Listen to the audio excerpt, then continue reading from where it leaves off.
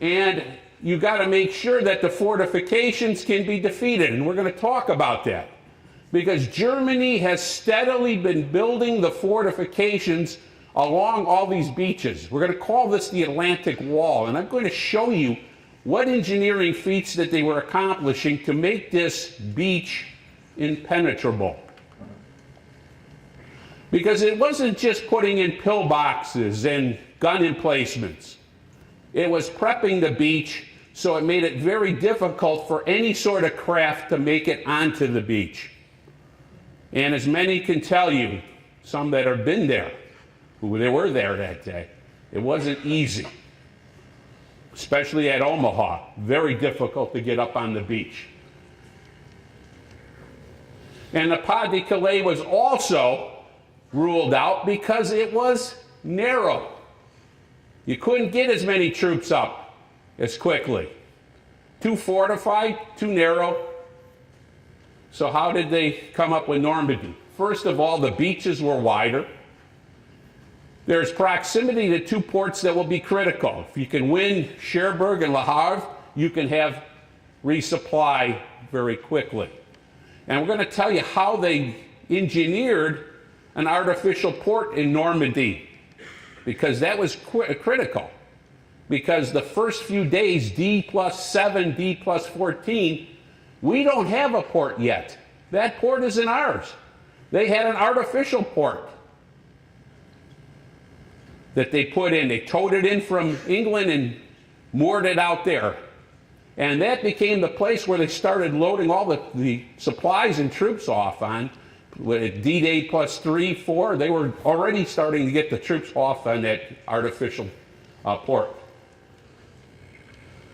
So let's point out what we're talking about.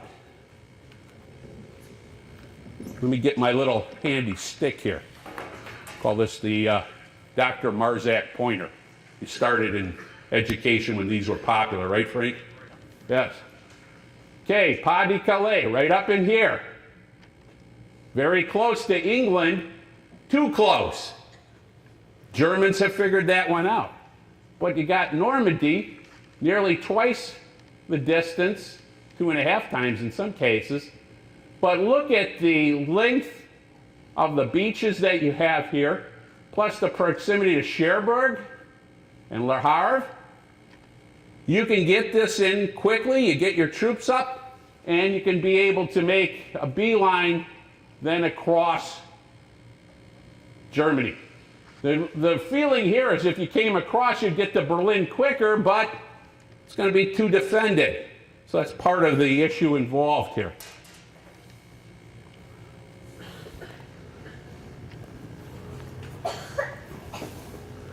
But first of all, it's like football. How many of you played football? I'm sure even some ladies have played football, right? If you're a wide receiver, what do you do to shake off a defender? You usually give them a head fake, or you might shuffle your feet and act like you're going right, but you go what? Left, right?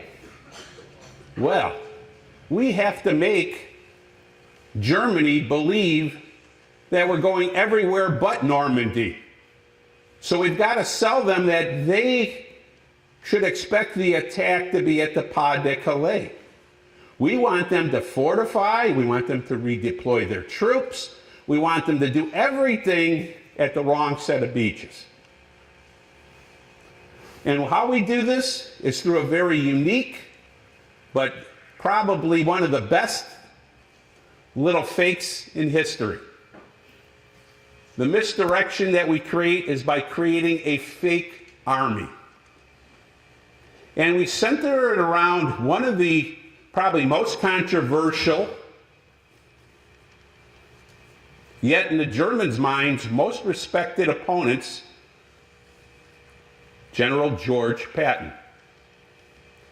Remember that General George Patton has been relieved of his command in August of 43 because he had slapped a soldier who was suffering from battle fatigue.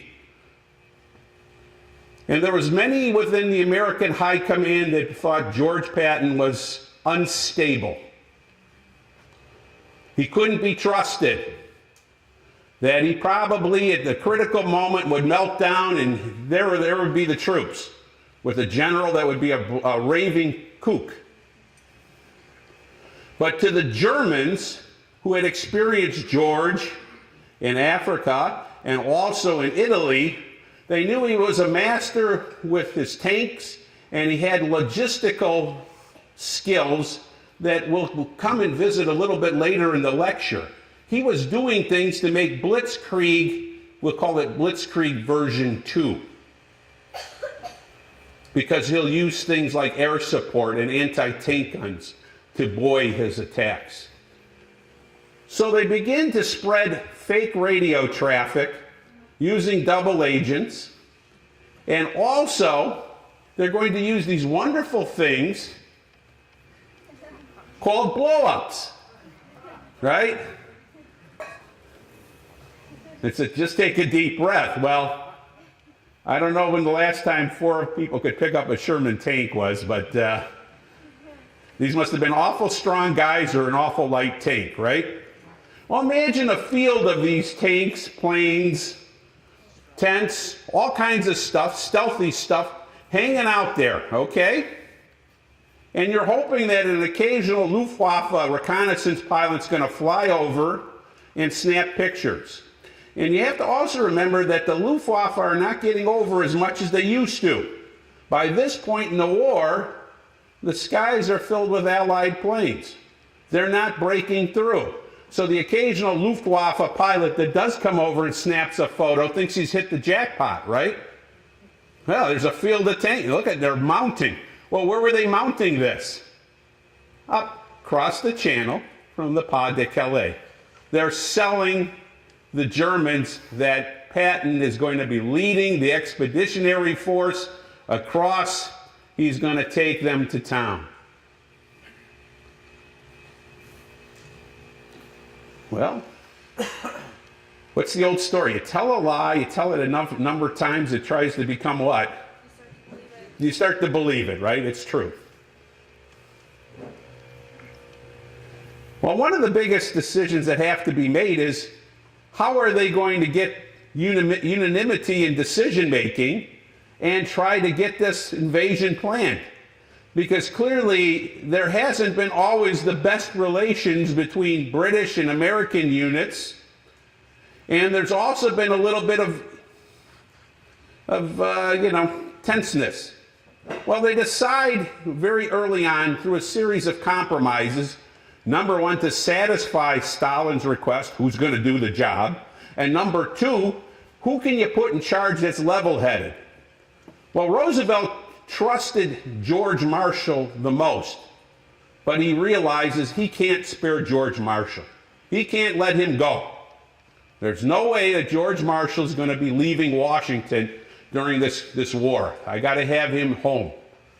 So who can I trust that's level-headed on my staff? Now, he doesn't have to be the best field general. He's got to be a tactician and a strategist. Well, who's that? Dwight Eisenhower. Strategist. A person that can be calm enough, rational enough to be able to handle the task. He is going to be called the Allied commander for this particular invasion. He's going to set the high-level strategy. He's going to work with the general staff composed of 4 British and 3 Americans. The 3 Americans, starting up in the left-hand corner, Omar Bradley, and we have Bedell Smith, and here's Eisenhower. Now, his counterparts, Bernard Montgomery, and we'll talk about Bernie in a minute.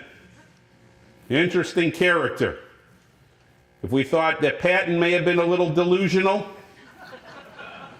Montgomery makes him look like a Boy Scout. Then we have Sir Arthur Tedder. We have Bertram Ramsay, who's the Air Marshal. And we have Trafford Lee Mallory, another Air Marshal. So we have them all covered. Now, clearly, most of these people are pretty rational people. Eisenhower can get along with him. Montgomery, a little bit different. But he's going to be tabbed as the general in charge of the ground. They're putting the ball in his hands. It's kind of like if you're playing football, you give your ball to the halfback to run. He's the halfback. They're putting all their marbles on Montgomery. He has to break through. He's going to have to take a place called Cannae.